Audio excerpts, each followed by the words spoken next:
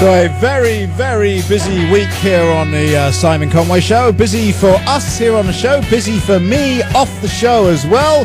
Just a very quick recap tomorrow on the show. We've got Governor Rick Perry, he's on the show. We've got Newt Gingrich's daughters, both of them, Jackie and Kathy. We've got Mitt Romney on the show tomorrow. We've got Steve Forbes on the show tomorrow.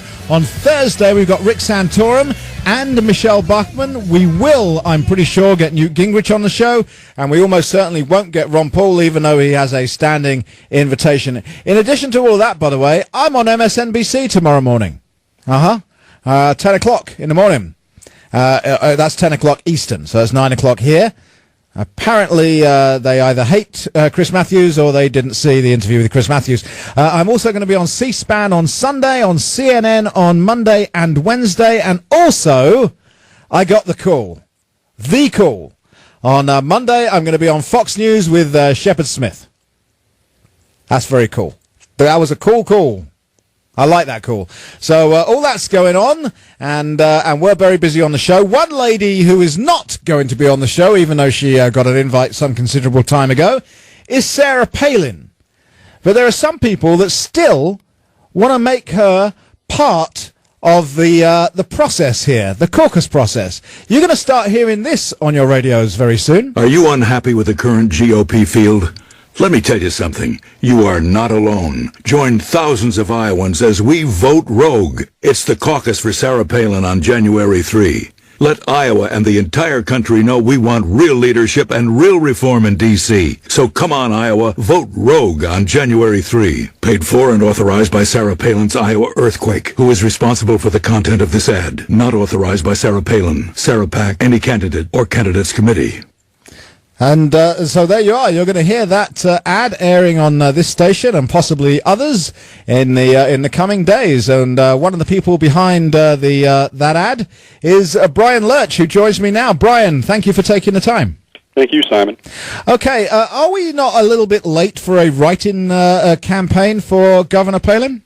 Well, obviously, it's a little late as far as if someone wants to win the Iowa caucuses, and that really is not the aim of this. And we're realistic and understand that she is not going to win the caucus by this movement. But I think what we're hoping for, we want to send a message to other conservatives out there, not just in Iowa, but hopefully in the rest of the country, and especially in some of these early states, and encourage them to take a stand and to not necessarily settle for the current crop of candidates, because we feel that while a lot of them have good attributes, they don't really measure up to Governor Palin, and we just don't want to settle anymore like conservatives usually have to. Mm-hmm. And so we feel if she could get just a small percentage of the vote, my personal opinion is if she could get up to 5% of the vote, that would be an extremely powerful statement, not just sent across Iowa, but sent across the country, that there are a lot of people out there who want an alternative to the current GOP field. Mm-hmm. Let me ask you this question. Do you not feel, Brian, that this is in some way disrespecting Governor Palin? Because she made it very clear that she thought about it for a long time. She prayed on it with her family. She felt she had guidance from God. And you're saying, well, hang on, we want you in. No, we don't feel this is disrespectful at all. All of us who are doing this have an amazing amount of respect for Governor Palin, and we would not want to disrespect her in any way, and we don't feel that it is. First of all, we feel we are respectfully asking her to serve. Now, she said on October 5th that she would not be seeking the nomination for the GOP in 2012. So I guess maybe what we're doing, we are kind of saying, well, maybe the nomination should seek her, and that's kind of what we're trying to do here. And these draft movements and reconsideration movements, this is nothing new. In fact, this is what got Dwight Eisenhower elected president in 1952. He said no, even in 1948 and in 1952 to both parties. And what happened was a senator at the time put him on the New Hampshire primary ballot without his permission, and the people of New Hampshire, not really happy with the current frontrunner at the time, who was Senator Taft, they said, we want different leadership, and we believe Dwight Eisenhower is the leader for this time. And they voted for him, and then he was so moved by that he agreed to become a candidate. And that's kind of what we're saying to Governor Palin. We're saying, we're still here, we support you. We're not really happy with the current GOP field. The nation is at a crossroads right now. We need a different kind of a leader than what we're being offered right now. Mm-hmm. And we know it's a great sacrifice for her and her family, but we are humbly asking her to make that sacrifice and to serve her country at one of the most perilous times this nation has faced in a very long time. Now, you're not calling me today from Iowa, so is there a movement on the ground in Iowa? Well, there is stuff going on in Iowa. It's we're all just a bunch of ordinary grassroots people who are very concerned about the future of our nation. There is stuff going on in Iowa right now. You just played that radio ad that I guess is going to be airing several times. There have been a few TV ads that have been run as well, and people are also emailing different groups in Iowa, such as Tea Party groups, 912 groups, and evangelical groups that would be Governor Palin's natural constituency, and we are just urging them to, again, take a stand and not necessarily settle, and kind of make your voice heard next Tuesday. And so what we're encouraging people to do just that. At the same time, people who are going to do it also get the word out as well. Tell your friends, tell people who agree with you politically that this is what I'm going to be doing, and I'm encouraging you to do it as well. All right, Brian, I'm going to ask you to just hang with me for about a minute because I got to take some traffic and weather, and then we'll be right back to you. Brian Lurch is one of the people behind this campaign to try and draft, I guess is the best way, Governor Sarah Palin. They're asking you to write her in at the caucus on Tuesday. We're going to talk more to Brian in a moment. First of all, we've got to talk to Jim Brown. How's my roads?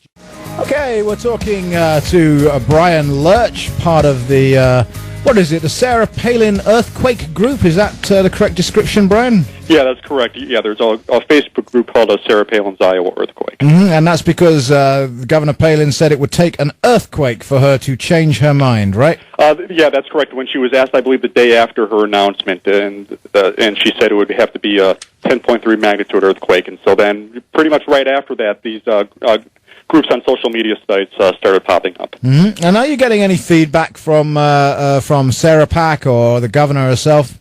We have not heard anything from them. I certainly haven't, and people who are also leading the effort have not, and that's not unexpected. I don't think we really expected that to happen. Mm-hmm. Okay, so you've got these ads. They're running on radio. They're running on TV, and you're saying 5% is a target. Is it a realistic target, Brian? To be honest with you, I'm not sure. I guess we'll have to see what happens on January 3rd.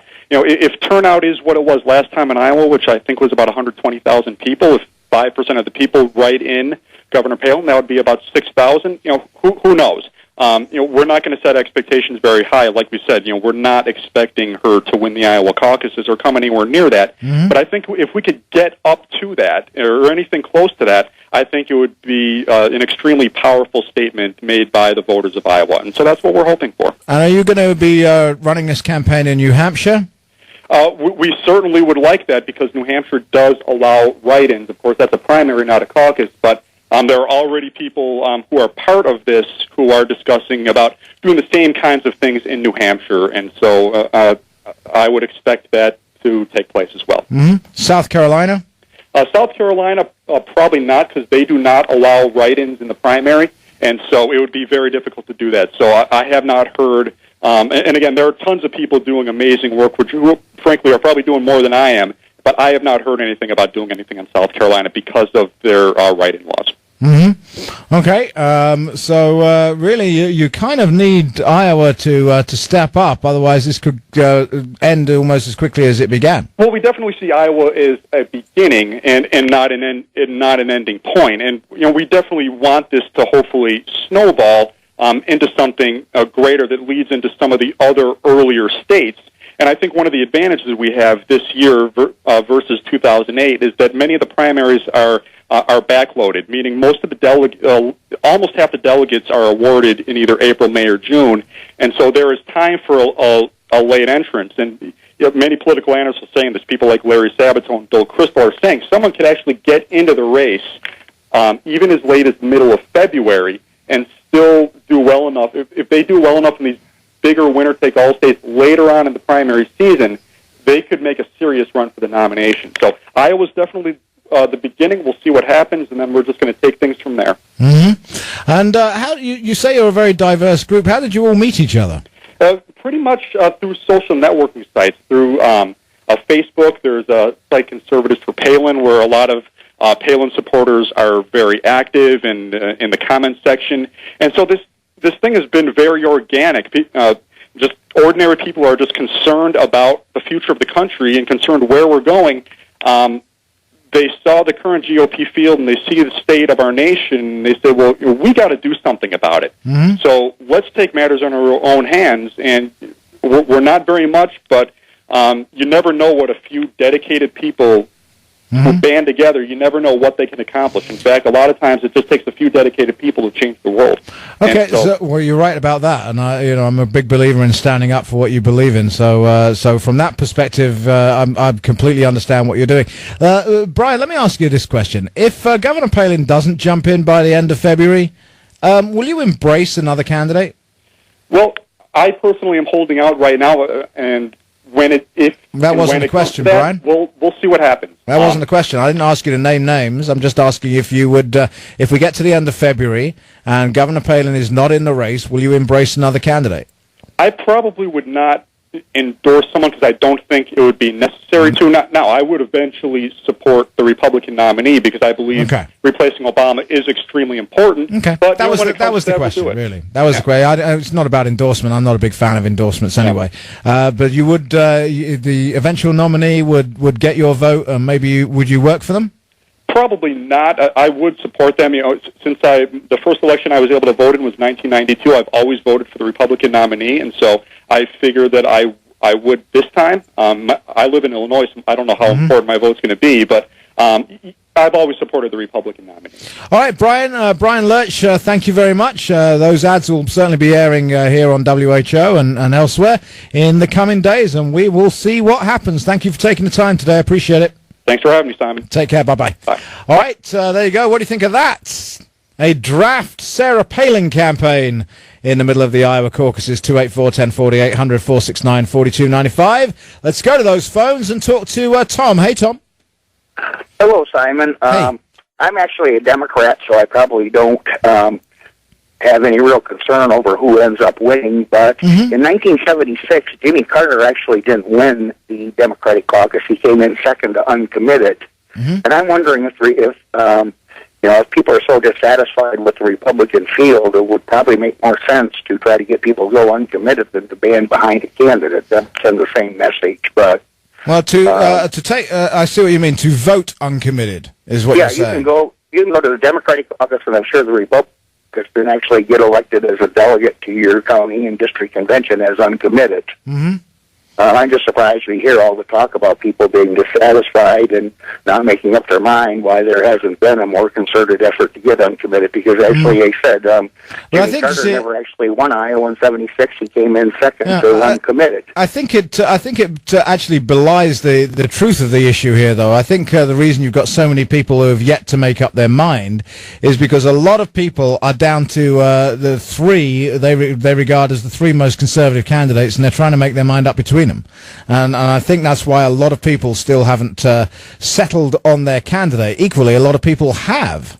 Oh, sure. Well, I understand that. I'm not, I'm just looking at, I'm just curious because I'm just watching the Republican caucus. I'm not going to participate, but I'm just, I have a lot of friends who work on Republican campaigns. Sure. So let me ask you this, Tom. Will you be voting for the re-election of the president? Yes, I will. Yeah.